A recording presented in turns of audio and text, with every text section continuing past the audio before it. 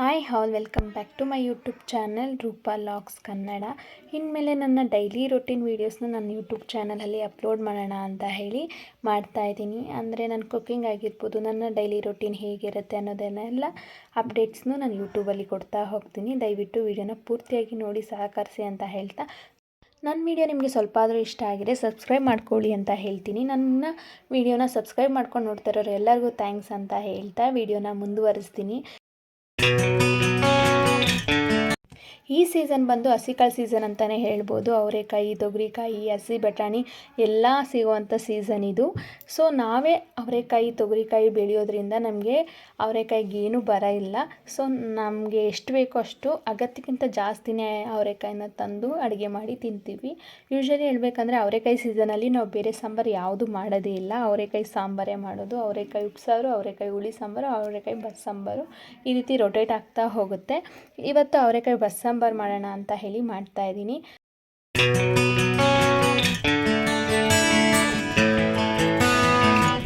ಅವರೆಕಾಳನ್ನ ಎಷ್ಟು ತಿಂದರೂ ಬೇಡ ಅಂತ ಅನಿಸಲ್ಲ. ಸೊ ಅದಕ್ಕೋಸ್ಕರ ಪಲ್ಯ ಮಾಡೋಣ ಅಂತ ಹೇಳಿ ಅವರೆಕಾಯಿನ ಸ್ವಲ್ಪ ಜಾಸ್ತಿ ಕ್ವಾಂಟಿಟಿಯಲ್ಲೇ ತೊಗೊಂಡಿದ್ದೀನಿ. ಮನೇಲಿ ಸ್ವಲ್ಪ ಸಬ್ಬಕ್ಕಿ ಸೊಪ್ಪಿತ್ತು, 2 ಹಾಕಿ ಪಲ್ಯ ಮಾಡಿದ್ರೆ ಚೆನ್ನಾಗಿರುತ್ತೆ ಅಂತ ಹೇಳಿ ಸಬ್ಬಕ್ಕಿ ಸೊಪ್ಪನ್ನು ತೊಗೊಂಡು ಸಾಂಬಾರು ಮಾಡೋಣ ಅಂತ ಹೇಳಿ ರೆಡಿ ಮಾಡ್ಕೊತಾ ಇದ್ದೀನಿ. ಫಸ್ಟು ಒಂದು ಕುಕ್ಕರ್ಗೆ ಸ್ವಲ್ಪ ನೀರು ಹಾಕಿ ಅವರೆಕಾಳು ತೊಳೆದಿರೋಂಥ ಅವರೆಕಾಳು ಹಾಕಿ ಸ್ವಲ್ಪ ಉಪ್ಪು ಹಾಕಿ ಬೇಯಿಸ್ಕೊಂಡೆ. ಅದಾದಮೇಲೆ ಅದು ಬೇಯೋಷ್ಟರಲ್ಲಿ ಸಬ್ಬಕ್ಕಿ ಸೊಪ್ಪನ್ನೆಲ್ಲ ಸಣ್ಣದಾಗಿ ಕಟ್ ಮಾಡಿ ಇಟ್ಕೊಂಡು ಈಗ ಸಾಂಬಾರಿಗೆ ಏನೇನು ಬೇಕೋ ಅದನ್ನೆಲ್ಲ ಕಟ್ ಮಾಡ್ಕೊತಾ ಇದ್ದೀನಿ. ಯೂಶ್ವಲಿ ನಾನು ಇದೇ ರೀತಿಯೇ ಕುಕ್ಕಿಂಗ್ನ ಸ್ಟಾರ್ಟ್ ಮಾಡ್ಕೊಳ್ಳೋದು. ಫಸ್ಟ್ ಬೇಯೋಕ್ಕೆ ಏನಾದರೂ ಇದ್ದರೆ ಅದನ್ನು ಬೇಯಕ್ಬಿಟ್ಟು ಅದಾದಮೇಲೆ ಏನು ಕಟ್ ಮಾಡ್ಕೊಳ್ಳೋದಿರುತ್ತೋ ಅರ್ಜೆಂಟಿಗೆ ಏನು ಬೇಕೋ ಅದನ್ನು ಫಸ್ಟ್ ಕಟ್ ಮಾಡಿ ಇಟ್ಕೊಂಡು ಲಾಸ್ಟಲ್ಲಿ ಏನು ಹಾಕ್ತೀವೋ ಅದನ್ನು ಲಾಸ್ಟಲ್ಲಿ ಕಟ್ ಮಾಡ್ಕೊತೀನಿ. ಬಟ್ ಯೂಟ್ಯೂಬ್ ಸ್ಟಾರ್ಟ್ ಮಾಡಿದಾಗಿಂದ ಕುಕ್ಕಿಂಗ್ ವೀಡಿಯೋಸ್ಗಳಿಗೆ ಫಸ್ಟೇ ಎಲ್ಲ ಕಟ್ ಮಾಡಿ ರೆಡಿ ಮಾಡಿ ಇಟ್ಕೊಂಡು ಅರೇಂಜ್ ಮಾಡಿ ಇಟ್ಕೊಂಡು ಒಂದೊಂದಾಗಿ ಒಗ್ಗರಣೆ ಹಾಕ್ತೀನಿ. ಅದು ತುಂಬ ಟೈಮ್ ಹಿಡಿಯುತ್ತೆ. ಬಟ್ ಇವತ್ತು ನನಗೆ ಟೈಮ್ ಇರಲಿಲ್ಲ ಆ ರೀತಿ ಮಾಡೋಕ್ಕೆ, ಯಾಕಂದರೆ ಈವ್ನಿಂಗ್ ಪೂಜೆ ಕೂಡ ಮಾಡೋದಿತ್ತು. ಅದಕ್ಕೋಸ್ಕರ ನಾನು ಯೂಶ್ವಲಾಗಿ ಹೇಗೆ ನಾನು ಅಡುಗೆಗಳನ್ನ ಮಾಡ್ಕೊತೀನೋ ಅದೇ ರೀತಿ ನಾನು ನಿಮ್ಮ ಜೊತೆ ಶೇರ್ ಮಾಡ್ಕೊತಾ ಇದ್ದೀನಿ. ಈಗ ವಿಸಿಲ್ ಕೂಡ ಬಂದಿತ್ತು ಅವರೆಕಾಳ್ದು. ಅದು ವಿಸಿಲ್ ಇಳಿಯೋವರೆಗೂ ರೆಡಿ ಮಾಡ್ಕೊಳ್ಳೋಣ ಸಾಂಬಾರಿಗೆ ಏನೇನು ಬೇಕು ಅಂತ ಹೇಳಿ ಎಲ್ಲ ರೆಡಿ ಮಾಡ್ಕೊತಾ ಇದ್ದೆ. ಬಸ್ಸಾರಿಗೆ ಮೇನಾಗಿ ಬೇಕಾಗಿರೋದು ಹುಣಸೆ ಹಣ್ಣು ನೆನೆ ಹಾಕಿ, ಅಂದರೆ ಸ್ವಲ್ಪ ನೀರು ಹುಣಸೆ ಹಣ್ಣು ಹಾಕಿ ಅದು ರಸ ಬಿಟ್ಕೊಳ್ಳೋವರೆಗೂ ಬೇರೆ ಎಲ್ಲ ರೆಡಿ ಮಾಡ್ಕೊಳ್ಳೋಣ ಅಂತ ಹೇಳಿ ಮಾಡ್ತಾಯಿದ್ದೀನಿ. ಈಗ ಸಾಂಬಾರಿಗೂ ಮತ್ತು ಪಲ್ಯದ ಒಗ್ಗರಣೆಗೂ ಒಟ್ಟಿಗೆ ಕಟ್ ಮಾಡ್ಕೊತಾ ಇದ್ದೀನಿ. ಈಗ ಸಾಂಬಾರು ಬೇಕಾಗಿರೋದನ್ನೆಲ್ಲ ಒಂದು ಪ್ಲೇಟಲ್ಲಿ ಎತ್ತಿಟ್ಕೊಂಡು ಪಲ್ಯಕ್ಕೆ ಇನ್ನೇನು ಅರೇಂಜ್ ಮಾಡ್ಕೋಬೇಕು ಅದನ್ನೆಲ್ಲ ಸೇರಿಸ್ಕೊತಾ ಇದ್ದೀನಿ. ನಾನು ಜಾಸ್ತಿ ಹಸಿಮೆಣ್ಸಿನ್ಕಾಯಿ ಯೂಸ್ ಮಾಡೋದಿಲ್ಲ, ಒಣಗಿನ ಮೆಣಸಿನ್ಕಾಯಿನೇ ಪ್ರಿಫರ್ ಮಾಡೋದು. ಯಾಕಂದರೆ ಎಲ್ತ್ಗೂ ಒಳ್ಳೆಯದು ಮತ್ತು ಖಾರ ಕೂಡ ಇರುತ್ತೆ ಅಂತ ಹೇಳಿ ನಾನು ಒಣಗಿನ ಮೆಣಸಿನ್ಕಾಯಿನ ಜಾಸ್ತಿ ಯೂಸ್ ಮಾಡ್ತೀನಿ. ಇಷ್ಟೆಲ್ಲ ಆದಮೇಲೆ ಒಂದು ಸಲ ಸ್ಲ್ಯಾಬ್ನ ಕ್ಲೀನ್ ಮಾಡ್ಕೊತೀನಿ. ಕೆಲಸ ಎಲ್ಲ ಆಗೋ ಅಷ್ಟರಲ್ಲಿ ನನ್ನ ಸಾಂಬಾರು ವಿಸಿಲ್ ಕೂಡ ಇಳ್ದಿರುತ್ತೆ. ಈಗ ಸಾಂಬಾರು ಒಗ್ಗರಣೆಗೆ ಬೇಕಾಗಿರೋದು ಮತ್ತು ಪಲ್ಯದ ಒಗ್ಗರಣೆಗೆ ಬೇಕಾಗಿರೋದನ್ನೆಲ್ಲ ಒಂದು ಕಡೆ ಎತ್ತಿಟ್ಕೊಂಡು ಇನ್ನೇನಾದರೂ ಮಿಸ್ ಆಗಿದೆ ಅಂತ ಒಂದು ಸಲ ಚೆಕ್ ಮಾಡ್ಕೋತೀನಿ. ಇಷ್ಟೆಲ್ಲ ಮಾಡೋ ಅಷ್ಟರಲ್ಲಿ ಸಾಂಬಾರು ವಿಸಿಲ್ ಕೂಡ ಇಳ್ದಿತ್ತು. ವಿಸಿಲ್ ತೆಗೆದು ಮತ್ತು ಕಟ್ ಮಾಡ್ಕೊಂಡಿರೋ ಅಂಥ ಸೊಪ್ಪನ್ನ ಸೇರಿಸ್ಕೊಂಡು ಇನ್ನೊಂದು ವಿಸಿಲ್ ಬೇಕಾದ್ರೂ ಕೂಗಿಸ್ಕೋಬೋದು, ಅಥವಾ ಹಾಗೇ ಮುಚ್ಚಳ ಮುಚ್ಚದೇನೆ ಅದನ್ನು ಬೇಯಿಸ್ಕೋಬೋದು. ಬಟ್ ನಂಗೆ ಟೈಮ್ ಇರಲಿಲ್ಲ ಅಂತ ಹೇಳಿ ಇನ್ನೊಂದು ವಿಸಿಲ್ ಕೂಗಿಸ್ಕೊಳ್ತಾ ಇದ್ದೀನಿ. ಅದೆಲ್ಲ ಚೆನ್ನಾಗಿ ಮಿಕ್ಸ್ ಮಾಡಿ ಲಿಡ್ನ ಕ್ಲೋಸ್ ಮಾಡಿ ಒಂದು ವಿಸಿಲ್ ಕೂಗಿಸಿದ್ರೆ ಸೊಪ್ಪು ಕೂಡ ಚೆನ್ನಾಗಿ ಬೆಂದಿರುತ್ತೆ. ಸಾಂಬಾರು ಕೂಗೋ ಅಷ್ಟರಲ್ಲಿ ಕಾಯಿನೂ ಕೂಡ ತುರಿದಿಟ್ಕೊಳ್ಳೋಣ ಅಂತ ಹೇಳಿ ತುರಿದ್ಕೊಳ್ತಾ ಇದ್ದೀನಿ. ನಾನು ಮರ್ತೋಗ್ಬಿಟ್ಟಿದೆ ಕಾಯಿನ ಕಟ್ ಮಾಡ್ಕೊಳ್ಳೋದು ಅಥವಾ ತುರಿಯೋದು. ಈಗ ನೆನಪಾಯಿತು, ಕೂಗೋಷ್ಟರಲ್ಲಿ ತುರಿಬೋದು ಅಂತ ಹೇಳಿ ತುರಿದಿಟ್ಕೊತಾ ಇದ್ದೆ. ಅಷ್ಟರಲ್ಲಿ ಸಾಂಬಾರು ಕೂಡ ಕೂಗಿತ್ತು. ಬೇಗನೆ ಹೋಗ್ಬಿಡುತ್ತೆ, ಯಾಕಂದರೆ ಸೊಪ್ಪು ಬೇಗ ಬೇಯುತ್ತೆ ಮತ್ತು ಆಲ್ರೆಡಿ 2 ವಿಸಿಲ್ ಕೂಗಿಸಿರೋದ್ರಿಂದ ಜಾಸ್ತಿ ಟೈಮ್ ತಗೊಳ್ಳೋದಿಲ್ಲ. ಈಗ ಸೊಪ್ಪನ್ನೆಲ್ಲ ಒಂದು ಕಡೆ ಸಪ್ರೇಟ್ ಮಾಡಿ, ಉಪ್ಪು ನೀರನ್ನ ಕೂಡ ಒಂದು ಕಡೆ ಸಪ್ರೇಟ್ ಮಾಡಿ ಈಗ ಸಾಂಬಾರಿಗೆ ಫಸ್ಟು ಒಗ್ಗರಣೆ ಹಾಕ್ಕೊತಾ ಇದ್ದೀನಿ. ಒಂದು ಚಿಕ್ಕ ತಪ್ಪಲೆಗೆ ಸ್ವಲ್ಪ ಎಣ್ಣೆ ಮತ್ತು ಸಾಸಿವೆ ಹಾಕಿ ಸಾಸಿವೆ ಸಿಡಿಯೋವರೆಗೂ ವೆಯ್ಟ್ ಮಾಡಿ ಅದಾದಮೇಲೆ ಸ್ವಲ್ಪ ಜೀರಿಗೆ ಹಾಕಿ ಕ್ರಷ್ ಮಾಡಿರೋಂಥ ಬೆಳ್ಳುಳ್ಳಿ ಸೇರಿಸ್ಕೊಂಡು ಚೆನ್ನಾಗಿ ಒಗ್ಗರಣೆ ಕೊಟ್ಕೊತಾ ಇದ್ದೀನಿ.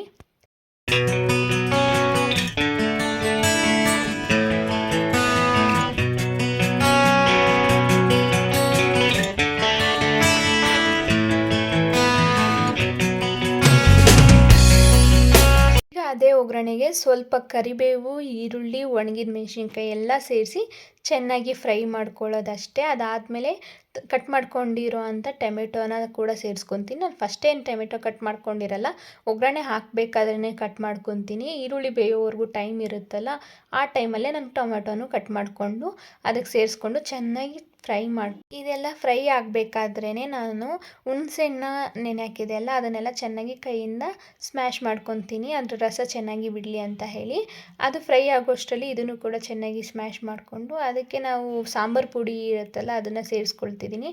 ನಾನು ನಾರ್ಮಲಾಗಿ ಜಾಸ್ತಿ ಕ್ವಾಂಟಿಟಿಲೇ ಸಾಂಬಾರನ್ನ ಮಾಡೋದು, ಸೊ ಅದಕ್ಕೋಸ್ಕರ 4 ಸ್ಪೂನ್ ಸೇರಿಸ್ಕೊಳ್ತಾ ಇದ್ದೀನಿ. ಹುಣಸೆಹಣ್ಣು ರಸಕ್ಕೆ ಸೇರಿಸೋದ್ರಿಂದ ಟೇಸ್ಟ್ ಚೆನ್ನಾಗಿರುತ್ತೆ. ಈಗ ಅದನ್ನು ಸೇರಿಸ್ಕೊಂಡು ಚೆನ್ನಾಗಿ ಮಿಕ್ಸ್ ಮಾಡ್ಕೋಬೇಕು. ಸಾಂಬಾರು ಪೌಡರು ಗಂಟಾಗಬಾರ್ದು, ಎಲ್ಲ ನೀಟಾಗಿ ಮಿಕ್ಸ್ ಮಾಡ್ಕೋಬೇಕು. ಅದಕ್ಕೆ ನಾನು ಕೈನ ಯೂಸ್ ಮಾಡಿಕೊಂಡು ಅದನ್ನೆಲ್ಲ ಚೆನ್ನಾಗಿ ಮಿಕ್ಸ್ ಮಾಡ್ಕೊತೀನಿ. ಅಷ್ಟರಲ್ಲಿ ಒಗ್ಗರಣೆ ಕೂಡ ಚೆನ್ನಾಗಿ ಬೆಂದಿರುತ್ತೆ. ಅದು ಬೆಂದ ಆದಮೇಲೆ ನಾವು ಸ್ಮ್ಯಾಶ್ ಮಾಡ್ಕೊಂಡಿರ್ತೀವಲ್ಲ ಹುಣಸೆಹಣ್ಣು ಮತ್ತು ಸಾಂಬಾರು ಪೌಡರ್, ಅದೆರಡೂ ಸೇರಿಸ್ಬಿಟ್ಟು ಸ್ವಲ್ಪ ಒಂದು 2 ಮಿನಿಟ್ಸು ತಟ್ಟೆ ಮುಚ್ಚಿ ಬೇಯಲಿಕ್ಕೆ ಬಿಡಬೇಕು.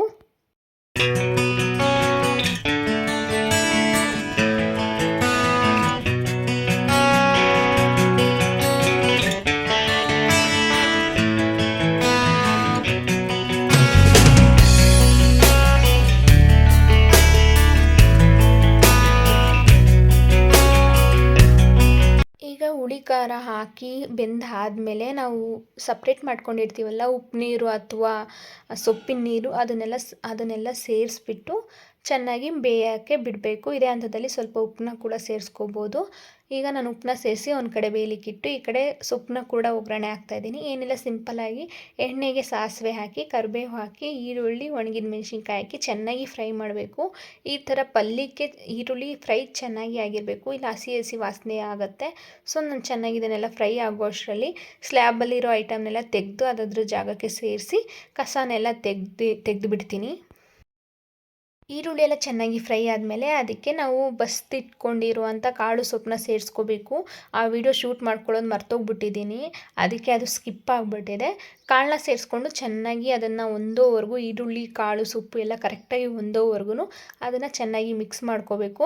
ಈಗ ಸಾಂಬಾರು ಕೂಡ ಕುದೀತಿತ್ತು, ಉಪ್ಪು ಖಾರ ಕರೆಕ್ಟಾಗಿದೆಯಾ ಅಂತ ನೋಡಿ. ಉಪ್ಪು ಏನಾದರೂ ಕಡಿಮೆ ಇದ್ದರೆ ಅಥವಾ ಖಾರ ಏನಾದರೂ ಕಡಿಮೆ ಇದ್ದರೆ ಇದೇ ಹಂತದಲ್ಲಿ ನಾನು ಸೇರಿಸ್ಕೊಂಡು ಬಿಡ್ತೀನಿ. ಸ್ವಲ್ಪ ಸಾಂಬಾರು ಗಟ್ಟಿ ಅನಿಸ್ತು ಅಂತ ಸ್ವಲ್ಪ ನೀರು ಹಾಕಿದ್ದೆ. ಈ ಕಡೆ ಪಲ್ಯ ಕೂಡ ಇತ್ತು. ಸ್ವಲ್ಪ ಕೊತ್ತಂಬರಿ ಮತ್ತು ಕಾಯಿ ತುರಿನ ಸೇರಿಸ್ಕೊಂಡ್ರೆ ಪಲ್ಯದ ಕ್ವಾಂಟಿಟಿ ಕೂಡ ಜಾಸ್ತಿ ಆಗುತ್ತೆ ಮತ್ತು ಟೇಸ್ಟ್ ಕೂಡ ಚೆನ್ನಾಗಿರುತ್ತೆ. ಕಾಯಿ ಸೇರಿಸೋದ್ರಿಂದ ನಾನು ಜಾಸ್ತಿನೇ ಕಾಯಿನ ಸೇರಿಸ್ಕೊಳ್ತೀನಿ, ಈ ಥರ ಪಲ್ಯಕ್ಕೆಲ್ಲ ಟೇಸ್ಟ್ ಚೆನ್ನಾಗಿರುತ್ತೆ ಅಂತ ಹೇಳಿ.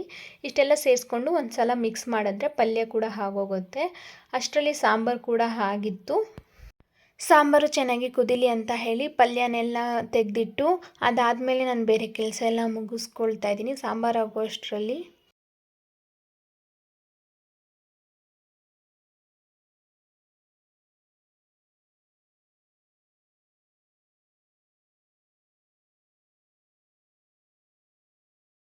ಸಾಂಬಾರು ಚೆನ್ನಾಗಿ ಕುದ್ದು ಒಳ್ಳೆ ಕನ್ಸಿಸ್ಟೆನ್ಸಿಗೆ ಬಂದಾದಮೇಲೆ ಉಪ್ಪು ಖಾರ ಇನ್ನೊಂದು ಸಲ ನೋಡಿ ಸ್ಟವ್ನ ಆಫ್ ಮಾಡ್ತೀನಿ. ಇದಕ್ಕೂ ಕೂಡ ಕಾಯಿ ತುರಿ ಮತ್ತು ಕೊತ್ತಂಬರಿನ ಸೇರಿಸ್ಕೊತೀನಿ. ಸಾಂಬಾರು ಟೇಸ್ಟ್ ಬೇರೆ ರೀತಿಯೇ ಚೇಂಜ್ ಆಗುತ್ತೆ ಕೊತ್ತಂಬರಿ ಸೇರಿಸೋದ್ರಿಂದ. ಫಸ್ಟ್ ನಾನು ಸೇರಿಸ್ತಾ ಇರಲಿಲ್ಲ, ಇವಾಗ ಸ್ವಲ್ಪ ಕೊತ್ತಂಬರಿ ಮತ್ತು ಕಾಯಿ ತುರಿನೂ ಕೂಡ ಸೇರಿಸ್ಕೊಳ್ತಾ ಇದ್ದೀನಿ. ಅದನ್ನೆಲ್ಲ ಸೇರಿಸಿ ಚೆನ್ನಾಗಿ ಮಿಕ್ಸ್ ಮಾಡಿ ಅದಾದಮೇಲೆ ಸ್ಟವ್ನ ಆಫ್ ಮಾಡಿ ಸಾಂಬಾರನ್ನ ಮುಚ್ಚಿಟ್ರೆ ಒಂದು 10 ಮಿನಿಟ್ಸ್ ಆದಮೇಲೆ ಸಾಂಬಾರು ಟೇಸ್ಟ್ ಚೆನ್ನಾಗಿರುತ್ತೆ. ಈಗ ಅದೆಲ್ಲ ಆದಮೇಲೆ ಸ್ವಲ್ಪ ಪಾತ್ರೆಗಳು ಕೂಡ ಇತ್ತು. ಅಡುಗೆ ಮಾಡಾದಮೇಲೆ ಅದನ್ನೆಲ್ಲ ನೀಟಾಗಿ ಬೆಳ್ಕೊಳ್ಳೋಣ ಅಂತ ಹೇಳಿ ಪಾತ್ರೆನೆಲ್ಲ ವಾಶ್ ಮಾಡಿಕೊಂಡು ಅದಾದಮೇಲೆ ಸ್ವಲ್ಪ ಮನೆಯೆಲ್ಲ ಕ್ಲೀನ್ ಮಾಡಿಕೊಂಡು ಫ್ರೆಶ್ ಅಪ್ ಆಗಿ ಈಗ ದೇವ್ರ ಪೂಜೆ ಮಾಡೋಣ ಅಂತ ಹೇಳಿ ಮಾಡ್ತಾಯಿದ್ದೀನಿ. ಮಾರ್ನಿಂಗ್ ಪೂಜೆ ಮಾಡೋಕ್ಕಾಗಿರಲಿಲ್ಲ, ಸೊ ಅದಕ್ಕೆ ಈವ್ನಿಂಗ್ ಪೂಜೆ ಮಾಡೋಣ ಅಂತ ಹೇಳಿ ಮಾಡ್ತಾಯಿದ್ದೀನಿ.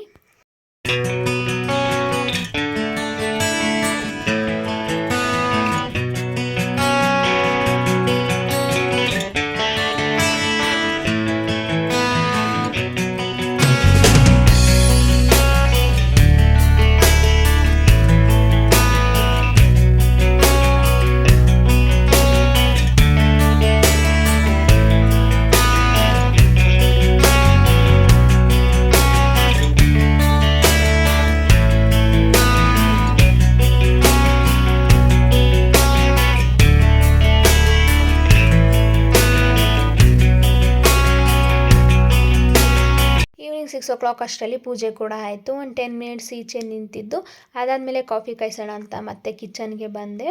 ಈಗ ಒಂದು ಲೋಟ ಕಾಫಿ ಮತ್ತು ಒಂದು ಲೋಟ ಹಾಲು ಕಾಯಿಸ್ತಾ ಇದ್ದೀನಿ. ಹಾಲು ನಮ್ಮ ಅತ್ತೆಗೆ, ಕಾಫಿ ನನಗೆ.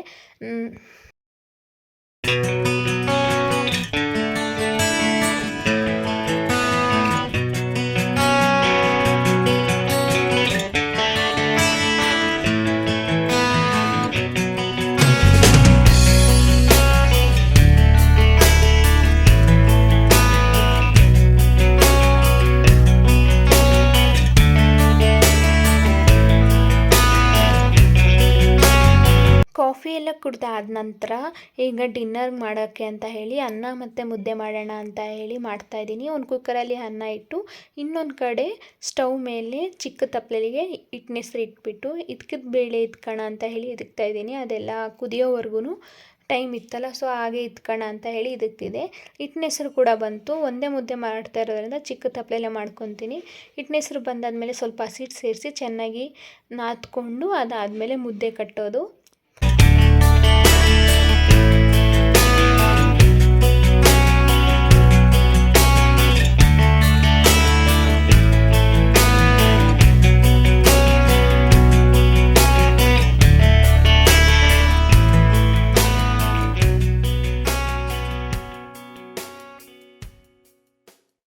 ಹಿಟ್ಟನ್ನ ಒಂಚೂರು ಗಂಟಿಲ್ಲದಾಗೆ ಚೆನ್ನಾಗಿ ನಾದ್ಕೊಂಡು ಅದಾದಮೇಲೆ ಮುದ್ದೆ ಕಟ್ಟೋದು. ನನಗೆ ಸ್ಲ್ಯಾಬ್ ಮೇಲೆ ಮುದ್ದೆ ಕಟ್ಟಲಿಕ್ಕೆ ಬರೋದಿಲ್ಲ. ಈ ಥರ ಕಾಲು ಸಹಾಯದಿಂದನೇ ಮುದ್ದೆ ಕಟ್ಟೋಕ್ಕೆ ಬರೋದು. ನಾನು ಅದೇ ರೀತಿ ಮಾಡ್ಕೊತೀನಿ. ನನಗೆ ಹೆಂಗೆ ಕಂಫರ್ಟಬಲ್ ಅನಿಸುತ್ತೋ ನಾನು ಆ ರೀತಿ ಮಾಡ್ಕೊತೀನಿ. ಮುದ್ದೆ ಎಲ್ಲ ಆದಮೇಲೆ ಊಟಕ್ಕೆ ಹಾಕ್ಕೊಟ್ರೆ ಇವತ್ತಿನ ಡೇ ಕಂಪ್ಲೀಟ್ ಆಗುತ್ತೆ. ನಾವು ಯಾವ ರೀತಿ ಅವರೆಕಾಳು ಬಸ್ಸಾಂಬಾರು ಮಾಡ್ತೀವಿ, ಮುದ್ದೆ ಮಾಡ್ತೀವಿ ಅನ್ನೋದು ಪೂರ್ತಿನ ವೀಡಿಯೋನ ನಾನು ನಿಮ್ಮ ಜೊತೆ ಶೇರ್ ಮಾಡ್ಕೊಂಡಿದ್ದೀನಿ. ಒಂಚೂರಾದರೂ ಈ ವಿಡಿಯೋ ಇಷ್ಟ ಆಗಿದ್ರೆ ಲೈಕ್ ಮಾಡಿ. ಇದಾಗಿತ್ತು ಇವತ್ತಿನ ವಿಡಿಯೋ. ಮುಂದಿನ ವೀಡಿಯೋದಲ್ಲಿ ಸಿಗೋವರೆಗೂ ನನ್ನ ವೀಡಿಯೋಗೋಸ್ಕರ ಕಾಯ್ತಾರಿ ಅಂತ ಹೇಳ್ತಾ ಇಲ್ಲಿಗೆ ಈ ವಿಡಿಯೋನ ಎಂಡ್ ಮಾಡ್ತೀನಿ.